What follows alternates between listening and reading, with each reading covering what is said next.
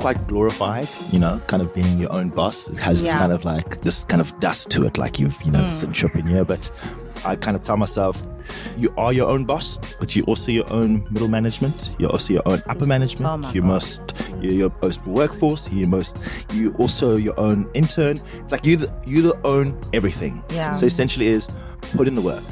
This is not taking trips to Cape Town or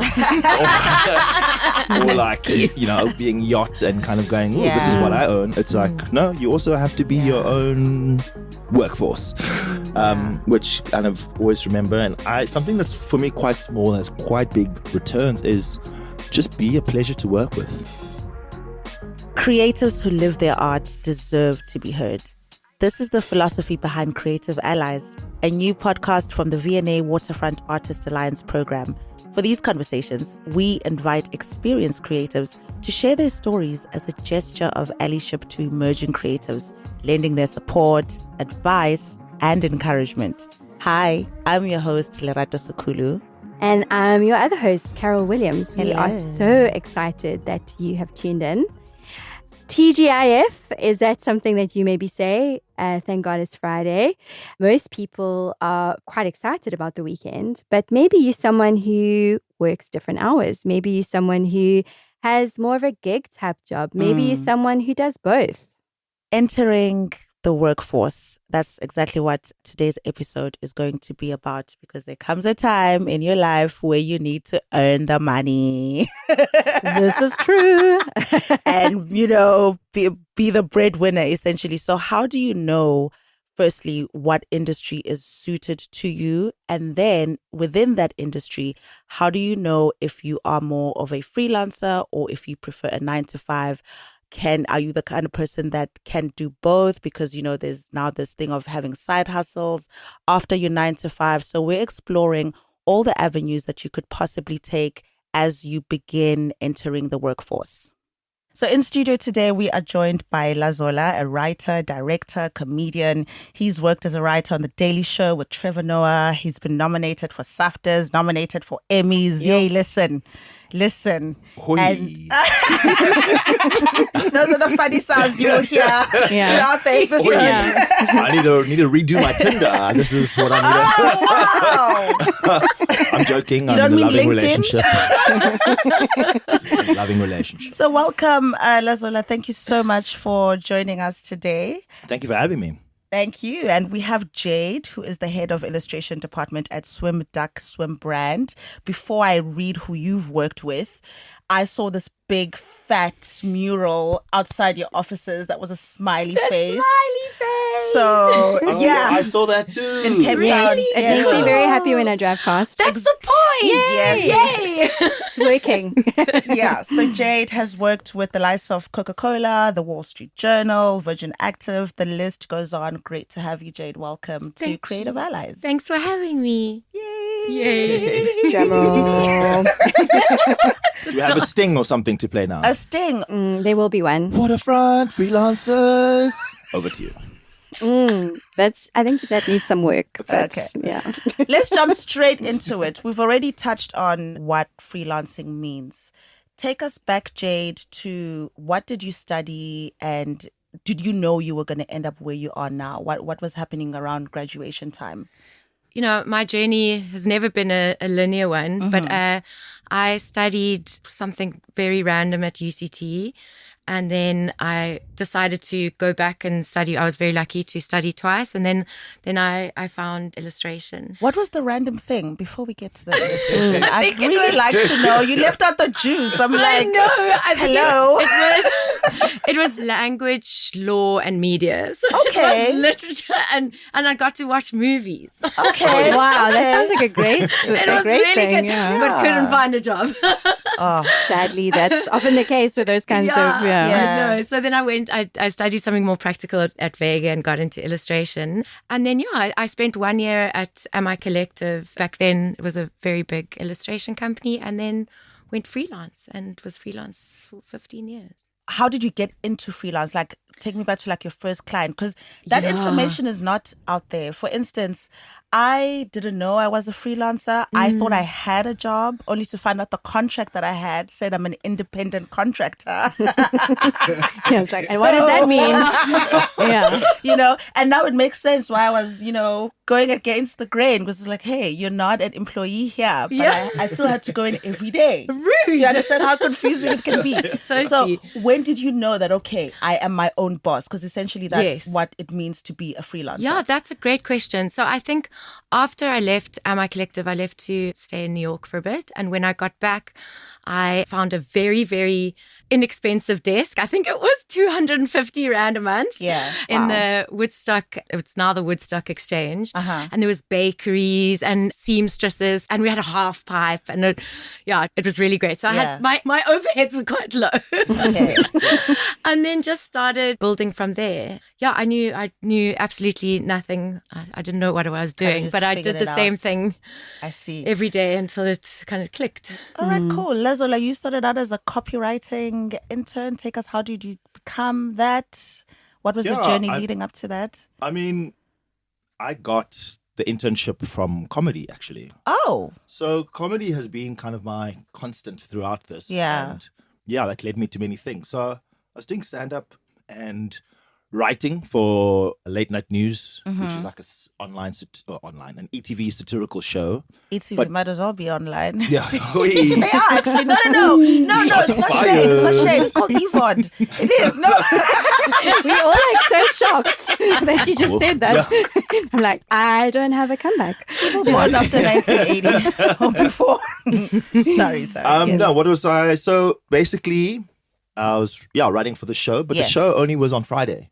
That's when we wrote the whole episode. Yeah. So I had, I guess, Monday to Thursday to do, I don't know, just comedian things. Which is basically just waking up at like 3 in the afternoon. Yeah. And then going to gig at like 8. But I'd always wanted to be in advertising. And I had a friend who was somewhere and they were like, hey, come and do a test. And so I came in and they liked it. And they're like, you can come through from Monday to Thursday and then you go do your thing. And then that worked out. So I did that for a couple of years.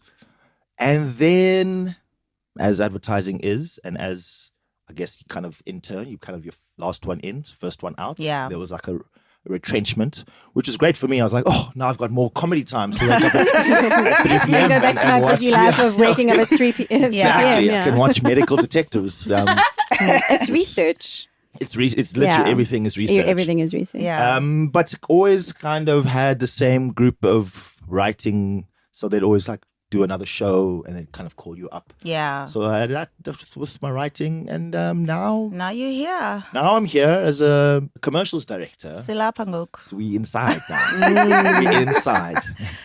Okay, so what I'm getting from both of you in your respective fields is that somebody put you on. You were fortunate to be able to choose where you wanted to study, because that can also be a hindering factor in becoming a freelancer, is that you don't have the funds to go to a higher level education. And so you then go as an intern and you work your way from the inside, right? Right. For both of you, and we can start with you, Jade, did you plot out a path? Like, did you have this idea of where you wanted to go, or has it been more of an unfolding process? That's a great question. I think I'm not much of a plotter, so it was a kind of a mapless experience, but I knew what I loved doing and I kept on doing that. So I just, so it was that was kind of your guiding light, was doing the projects that made you come alive. And exactly. So I just, I followed what I loved doing, and I guess that's one of the perks of freelancing, is being able to, in some shape or form, pick and choose what you want to work on. Sometimes you do have to just pay the bills. Yes. But it's cool that you kept your craft as like your guiding light. Yes. I just, all I really wanted to do was draw fat dogs and iguanas in high heels. And I was like, I'm not really employable. So may as well do this.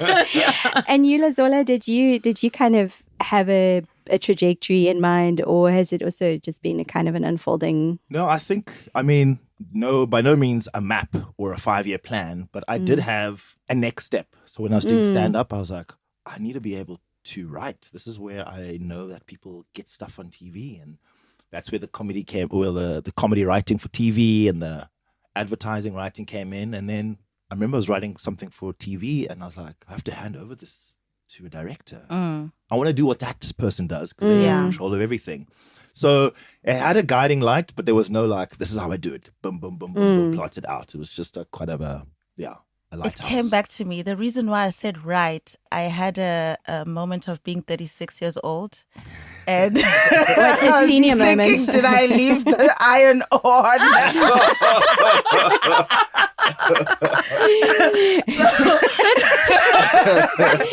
and Electricity, you know. I know. I hope your house is still there. No, someone is there, so if I Okay. did, but it was just, that's what distracted me. That's what got you. Yeah. I just didn't want to say, I forgot. I was just like, oh my God, I can't say that. I'm so young. My point was that networking, how has that propelled your respective careers and to emerging creatives? Because like I said, some can't go to school, and if you go to school, you don't know the practical side of things. You only know theory. How important has it been to put yourself out there, and can you go in depth on how you've actually put yourself out there once you realize that, okay, I'm a freelancer, I'm an illustrator, I'm a writer? Jade, I'll start with you. Yeah, that's actually a great question. I've actually never really thought about it like that. And it's true. You have to be connected, whether it's, online or getting out there yourself. And it has to, I guess, come across authentically. Like you don't want to come across as bothering anyone, like, hey, give me work.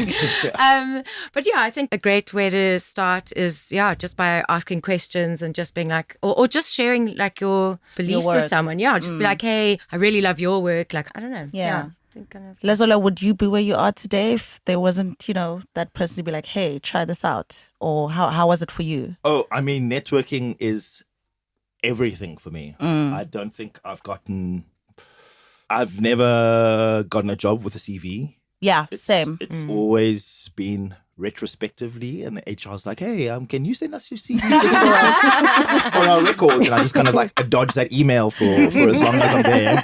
But yeah, really, everything from, like when I was much younger as a barman, I just bumped into this guy and he's like, hey, come work for us.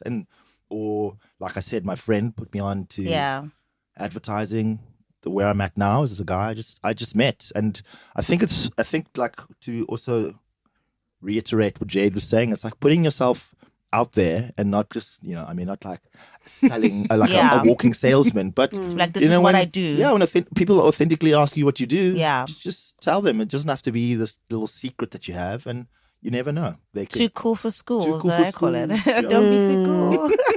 And also, like, you never know when that connection is going to come along. You might talk to 10 people and then person 11 is the person who has the contact for you. And I've actually found that a lot of people, not everyone, are quite generous, especially if you're younger. They do want to kind of put you in touch with people. And then you really need to come to the party and like show that you can actually do it, because I think people are willing to give you a chance, but probably just one chance. Yeah. And then after that, like, you don't want to stuff it up, For sure. But even with that, you ask 10 people and it's only the 11th, you never know what happens to those 10 people, It's not this kind of like silver bullet. You can, one of those 10 people, on the third time they hear your name, it's like, oh, wait, I actually heard them, and that's just, it is there. It's worth it. Even if they hear your name 7 times, they're like, oh, I actually did meet him. He was at this whatever place. So it's not like those other 10 are not duds. Yeah. No, absolutely. Like, they'll just take a little longer. They might come different. a few years down the line. Or Exactly. No, it's a great way of thinking about it. So it's putting out your work and not being shy to say, hey, I am a writer or I am an illustrator. Check my Facebook. Here's my drawings. Of iguanas. Of iguanas. Okay, speaking about that, I want to touch on paying dues. This one was big for me. I don't know how about you, Carol, Jade, and Lazola. And what I mean by that is when you enter into a space with experienced creatives who have done the job for 20 plus years sometimes, because often that's what happens. When you find that job and you're really good at it, you kind of just hone that. Now we have this generation that they are art directors at the same time, they're photographers at the same time, they're editors, they're sound guys, they're doing all the disciplines in one and are sort of multi-hyphenate artists, as you call it. and they don't necessarily believe in paying dues. What do you think about that? Do we still need to prove that we are artists, or must people just buy our stuff and we don't have to buy what we're selling? Because that's also what it is. You're a freelancer, but you're also an entrepreneur. You're selling a product, Lazola, with your comedy. That's the basis of everything that you do. Jade, iguanas. Yes. You know? And other things. I'm joking. That's a tagline for you, iguanas and other things. Yeah, so how do you, I'll start with you, Lazola, this time. What does paying dues mean to you? What gatekeeping, all of that? How do you feel about that? I think there's a fine balance. I think both have merits, because I'll start with the one side. I am on the side of the new school and the new generation coming in. I think sometimes older creatives or just older people in the industry like to kind of pass their traumas on to you. It's almost like this I suffered, so you should. Exactly. This little initiation thing, which really serves no one. But with that said, I think the new generation has to you kind of show the people who are there that you kind of appreciate the efforts they put in. They kind of seem seen by going, oh, she had to put 20 hours of work over a weekend for months to do that. Yeah. If I'm too flippant and dismissive about that, it's almost dismissive of their journey. So you really got to put in the work. But just, when it gets too abusive or traumatic, I think you can put your foot down. So I really think, I think go for it. But I have a strong line. Pay your dues within reason. There we go. That's a more succinct way of saying it. Pay your dues in small increments. An installment plan. I mean, that's how we're working on 90-day payments here. Jade, for you, how do you feel about that? How is it different in the illustrative world? I mean, I think that was a perfect answer. I think it is the balance of both. But I mean, when I started out, there were like late nights, like tiny pay, like weekends weren't even a thing.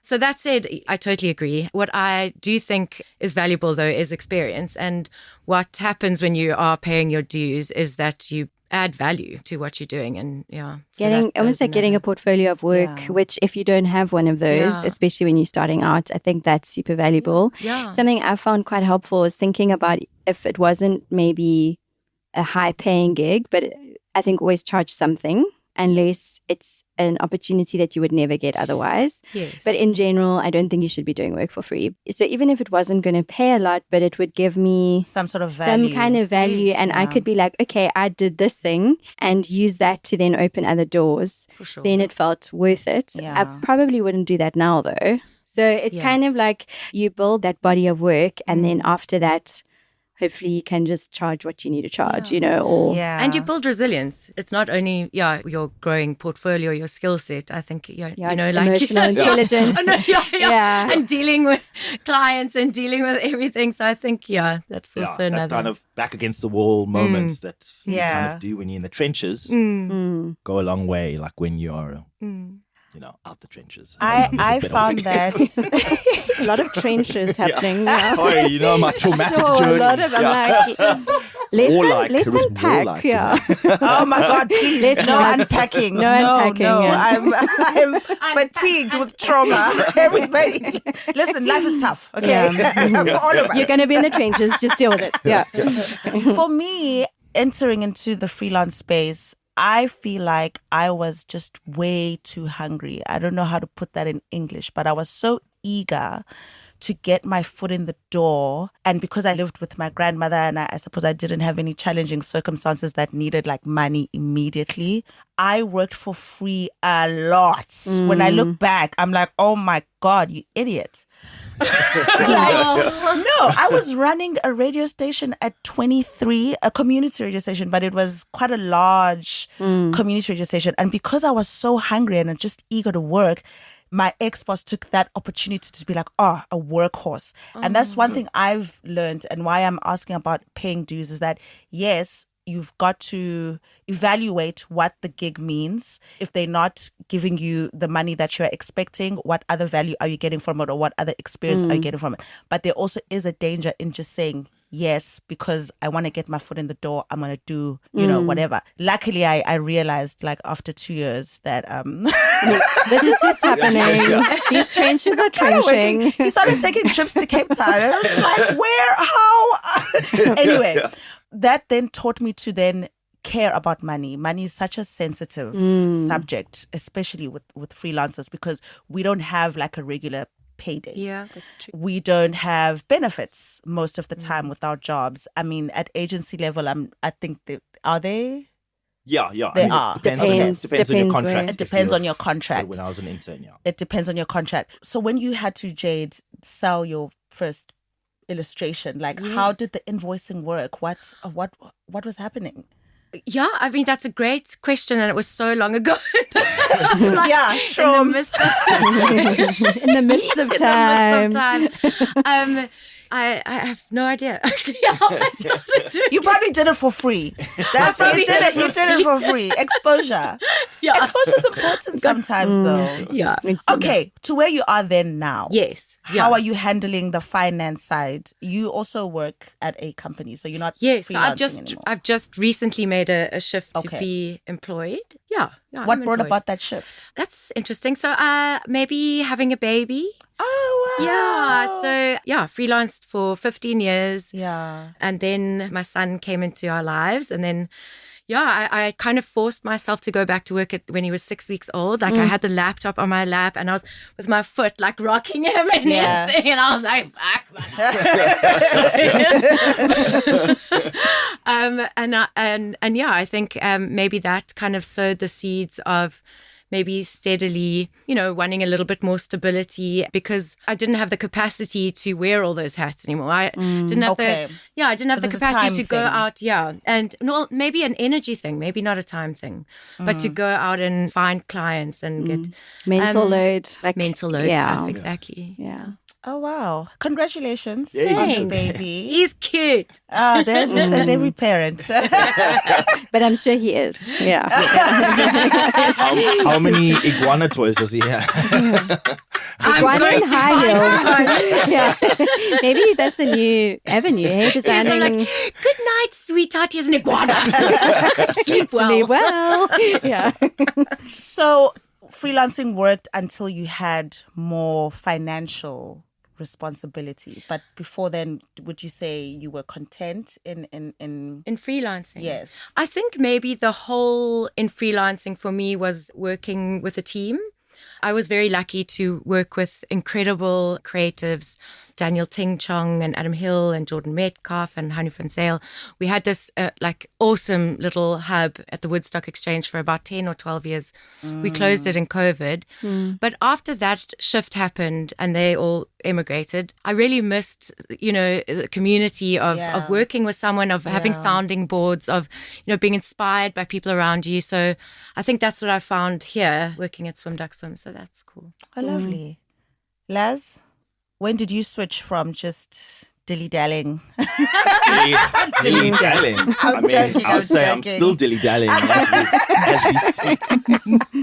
Professional dilly-dallyer. Yeah, no, I'm still, look, I'm a director, but even as a director, I get work from people who like refer me or like want me to go pitch on something. Yeah. And I get paid when I do a job, so it is very much freelance, even though it's much more structured and stuff. So if I don't do a commercial in the next 2 months, I won't get paid in the next 2 months. That's very, very quite simply put. And how did you navigate? I know, the invoicing one, you guys don't remember, which means you work for exposure. It's fine. Taxes.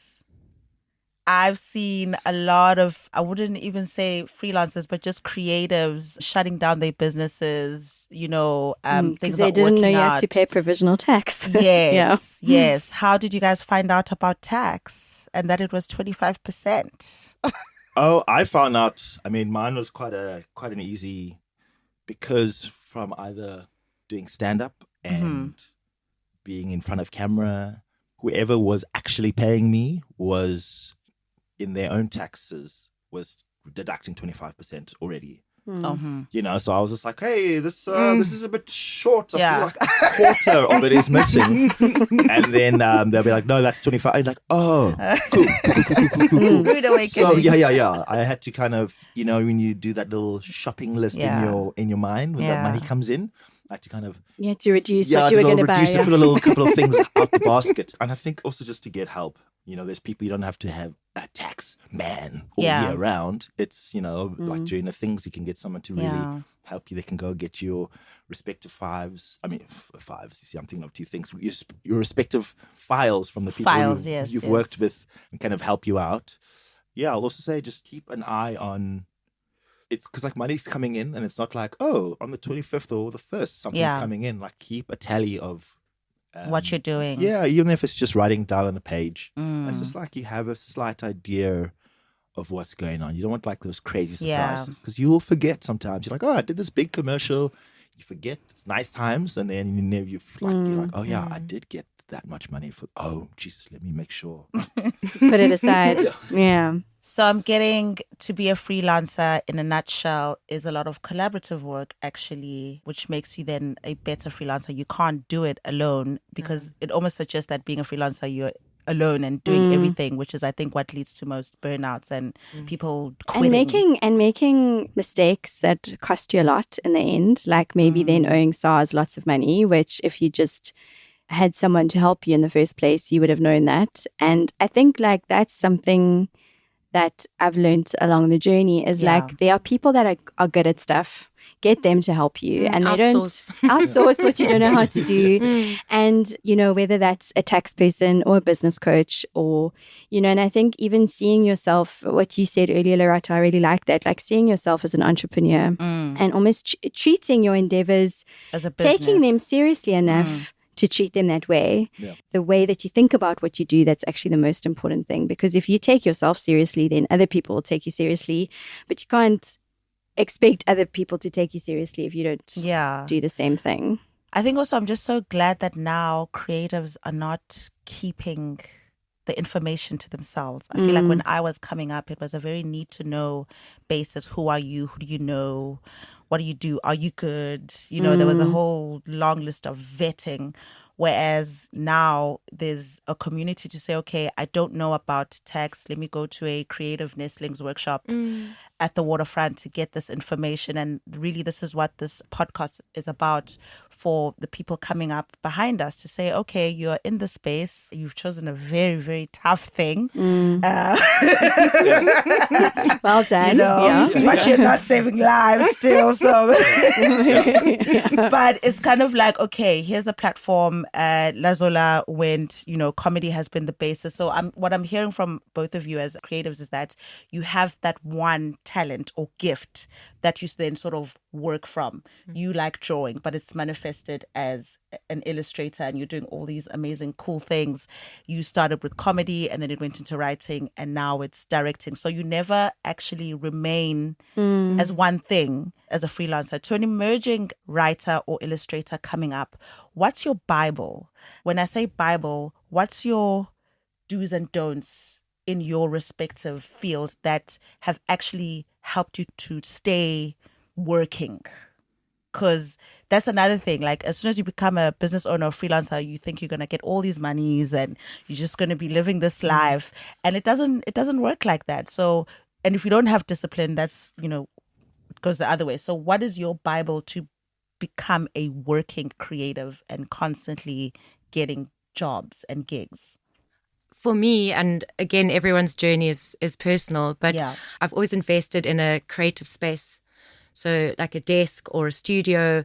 So I make sure that I don't work from home. I know a lot of people do enjoy that. But for me, it's that space outside that becomes the space of creation and then you leave. And anyway, that really worked for me. And that also ensured, you know, a sense of routine. So I'll be there, even if I didn't have work, I'd be there from like morning till evening, certain hours. And just to make sure that I was there. And so, so separating your personhood to your what you do. Yeah, exactly. And treating it like a job. Like, yeah, that's important. Yes, it is a job. It is a job, yeah. Like a job, like a job. Les, what's your Bible to stay working? It's like Jade. I got one where it's quite glorified, kind of being your own boss. It has this kind of like dust to it, like this entrepreneur. But I kind of tell myself, you are your own boss, but you're also your own middle management. You're also your own upper management. Oh my God. You're your most workforce. You also your own intern. It's like you own everything. Yeah. So essentially is put in the work. This is not taking trips to Cape Town or like, being yacht and kind of going, oh, this is what I own. It's like, no, you also have to be your own workforce, which kind of always remember. And something that's for me quite small, has quite big returns is just be a pleasure to work with. No one likes to work with a genius if they are an asshole. It's like your genius won't take you, or your even productivity won't take you. It can only take you that far. Yeah. There's this thing from Amy Schumer's book. I think it's called Bossy Boots. I can't remember. But she had a thing about how she hires new writers on Saturday Night Live, which she was the head writer for some time.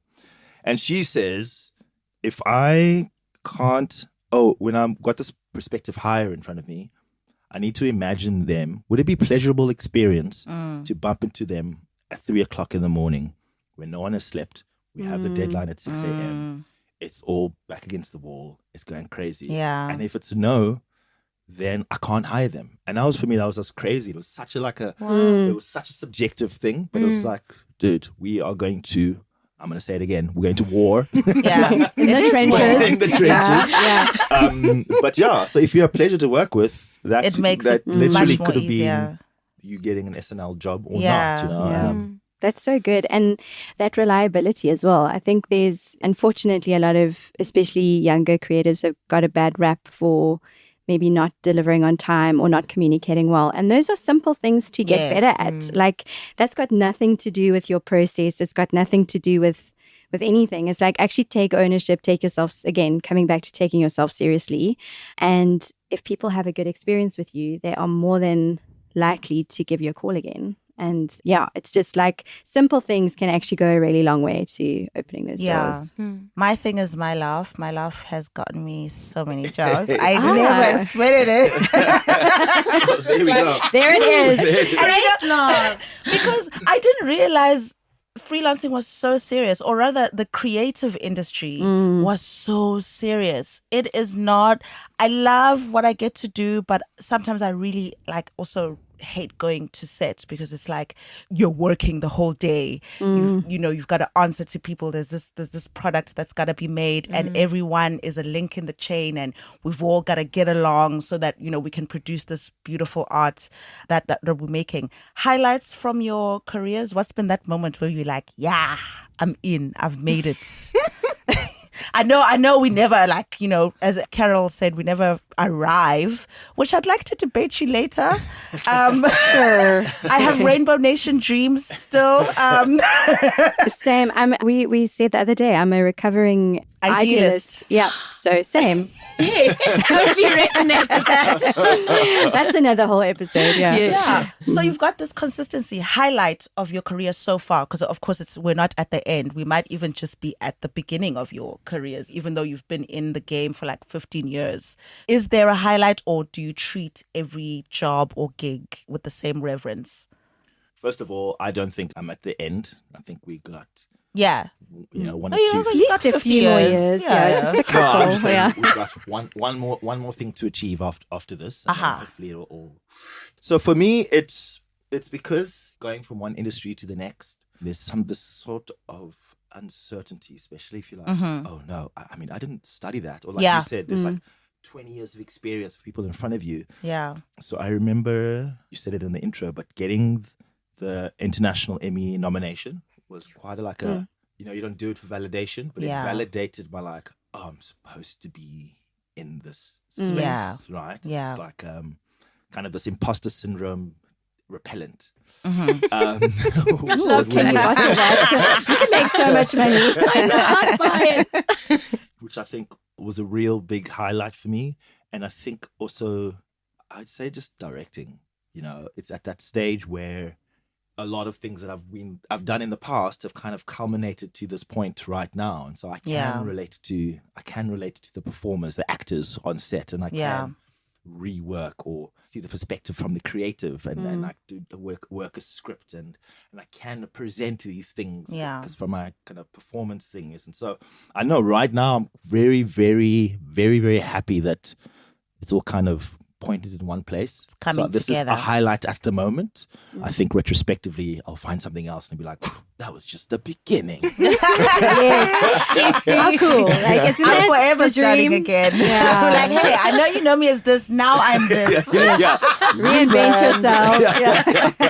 But even in the rebranding, every gig or field, creative industry that I've gone into, like you said, has all come to this point where it's like, okay, it's golden thread. this is this is who I am in my career, but I'm this because I interned as a runner, a coffee runner on set, and then or worked for free in the community radio so like station. don't be scared of like trying stuff and trying lots of different different hats on. Hey, Jade, what about you?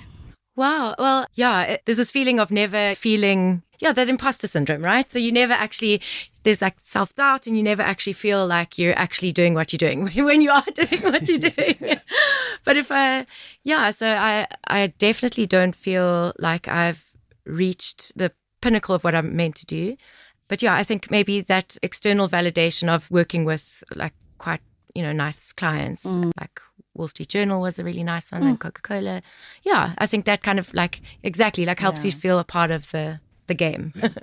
And the fact that all of us know about your illustration on the wall. It's not Bree Street. I think it's Beitengracht. And then we're in Dwarkap. So for anyone listening, Jade has just plastered a huge mural of a happy face or an emoji where she works, and we didn't know what it was about, but I think in traffic at like 11 a.m. you're like, where are these people coming from? And then you turn and there's a smiley face. You can see it from space. It's just this really offensive yellow.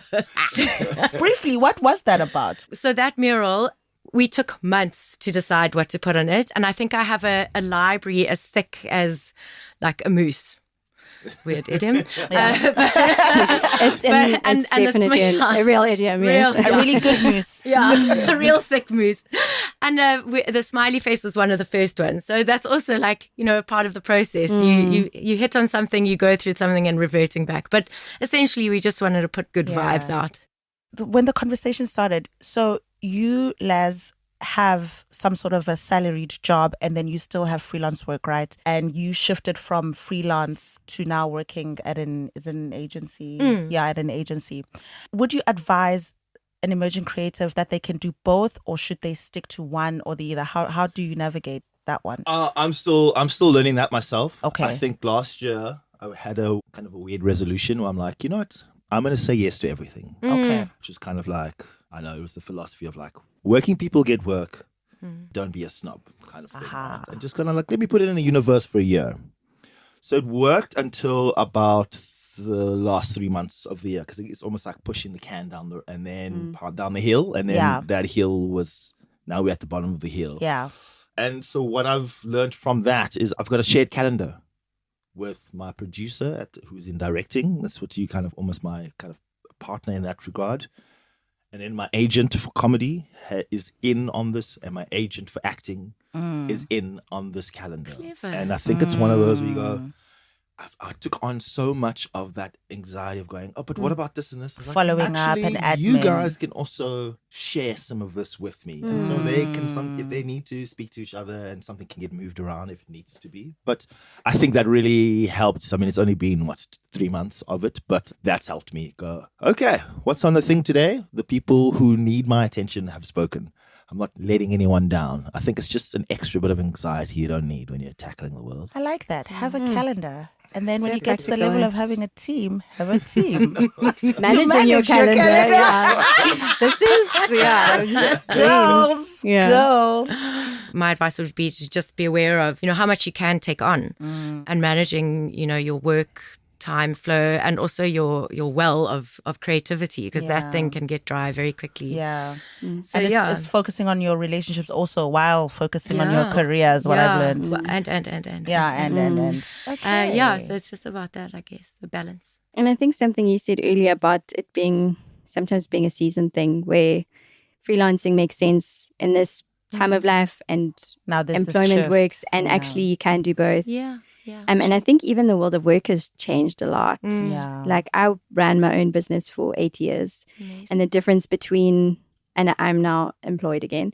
And so the difference between how much the world of work had shifted in that interim, it wasn't the same workforce anymore. Yeah. And so you can sometimes I think they're still quite rare, but I think you can find workplaces that feel like you still get to work like you want to work. That's exactly that. Yeah, it's exactly that. For 30 years, the V&A Waterfront has been a champion of the arts. Our Immersive Artist Alliance program offers hands-on experience and skills development across various disciplines, including sculpture, videography, and music production. Exclusive networking events and creativity workshops also provide more opportunities for artists to connect, collaborate, and showcase their work. Sound like your kind of thing?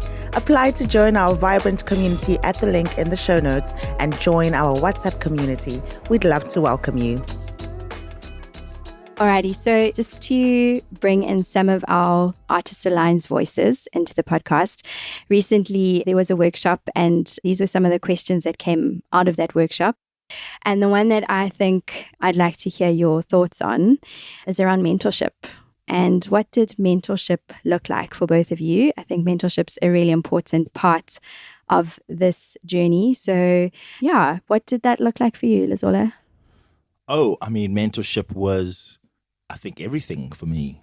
The person who hired me in advertising, Neo Mashego.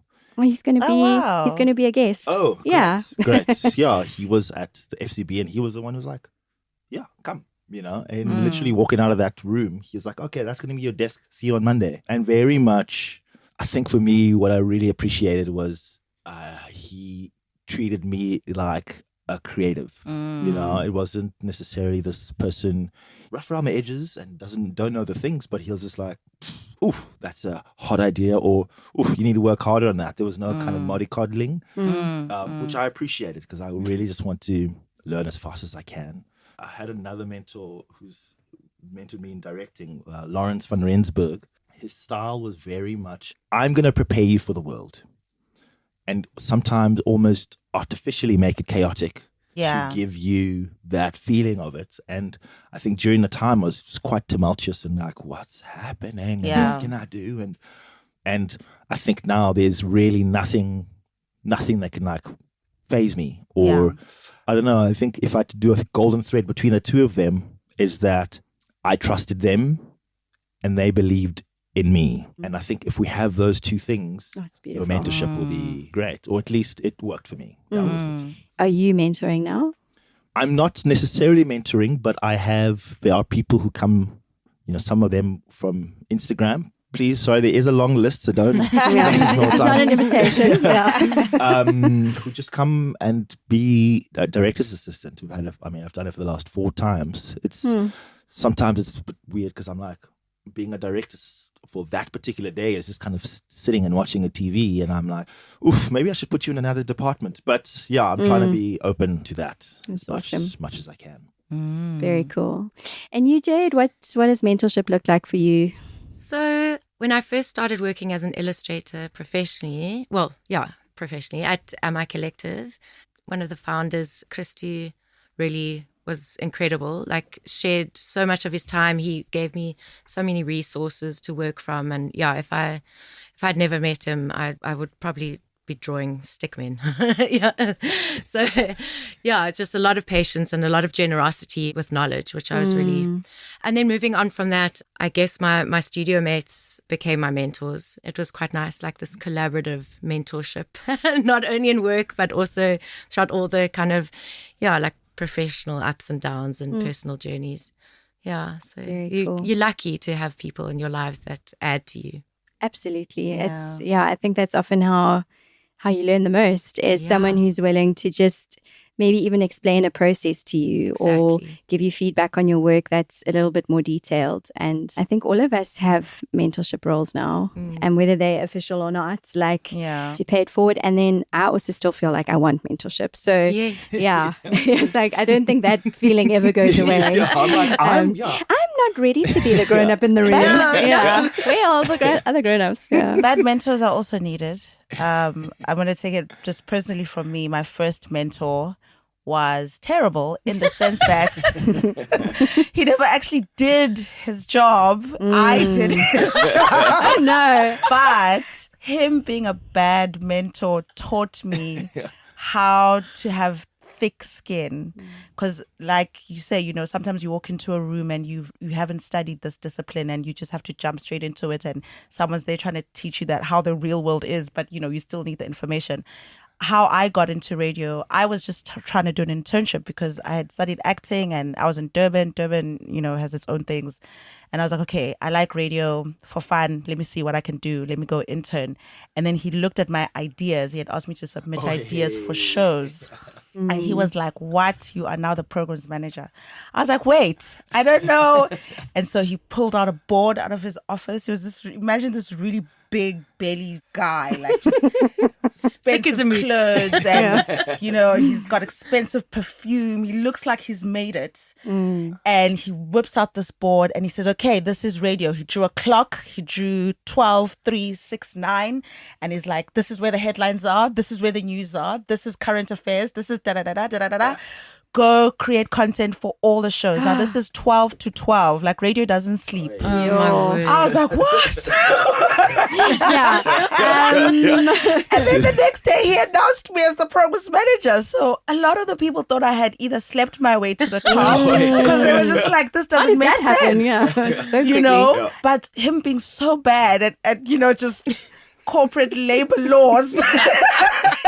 Amongst other things. Yeah. A lot of things. Listen, it was a crazy there's a lot time. wrong with this story. But that's probably the place where I learned how to be professional and deal with clients and client relations, because that's, I feel the younger generation or emerging creatives also need to learn. There's a certain decorum when asking for money. Yes, good mentorship is great, and I hope we all find that. But just in case you are having a really difficult mentor, I think what as a creative then you need to look at is, what then can I take that I don't want to become to not be, you know, this person. But bad mentors are needed too. If that's one thing you take away from this. Sorry, Lazola, you go first. No, I was going to, just to be clear, Lawrence was a good mentor. Yes.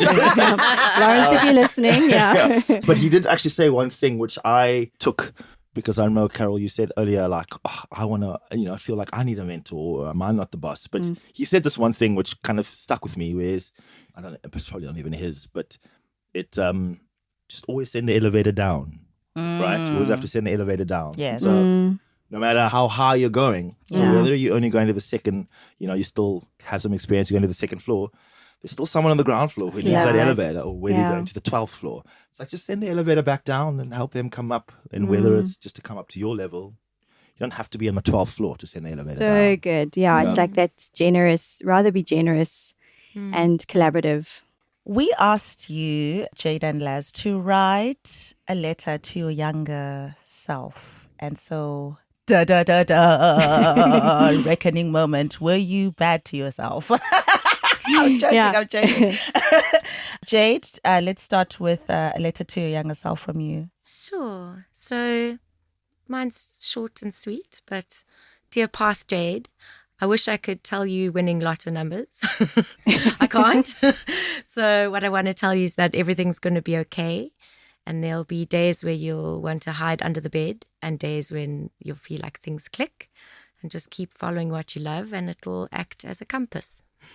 Oh, that's very beautiful. I feel like it's very iguanish. It's like, I'm just so you follow the iguana. Oh, that's beautiful. Because there are some days where you can't hide under your bed. You have to go to work and face your mentor. Your mentor or your like difficult clients. So funny. Les, letter to your younger self. Letter to my younger self as well, also very short. and action. What up, Laz? Hang in there. It's not what it seems. Oh. You think you're confused. You're just learning a new perspective. You think you're bad at it. You're just learning a new skill. You think they don't believe you. You just carving a new path. Hang in there. You've got this. Wow. I love that. Because learning a new skill is hard, and we should give ourselves more grace, I Yes, think. It's not that how are you're you gonna bad. know? You're Yeah. learning. Yeah. This has been absolutely amazing. And, everyone's journey is different, but we have the same struggles, I feel. We share the same struggles in navigating to get to the points where we are. And from what I hear from both of you is that it's been a long journey and you've had to wear hats you never thought you would wear, do things you didn't study for, and it's now led you to this point where you can say, I am an illustrator and I am a director. So kudos to both of you for sticking it out. Okay, I'm gonna give you The sound effects. the fact that you are a working creative, to me, is the biggest success. When I look at the creative industry, like, if we can all just be at a point where our gifts and talents can sustain our livelihoods, that's a win for me. We all want the billions, right? But in the meantime, are you a working artist? Are you working on your art? And if you are, you deserve to be heard, man. So thank you so much for joining us on this inspiring. Hopefully not expiring. No. This is This inspiring episode. Last comments from you, Carol? Yeah, thank you for coming to share with us. And I know that a lot of what you've said will be like a soothing balm to our listeners. And I think sometimes just knowing that you're not the only person feeling how you're feeling can go a long way to kind of encourage you to take the next steps. Thank you so much for having me. Just want to say good luck to all the creatives out there or freelancers who are going on their journey. You got this. Amazing. And thank you, Jade. Thank you guys. This was incredibly special. Yeah. Just to share and sit with you guys. And so thank you. I'm going to be thinking about iguanas the whole day today. Forever.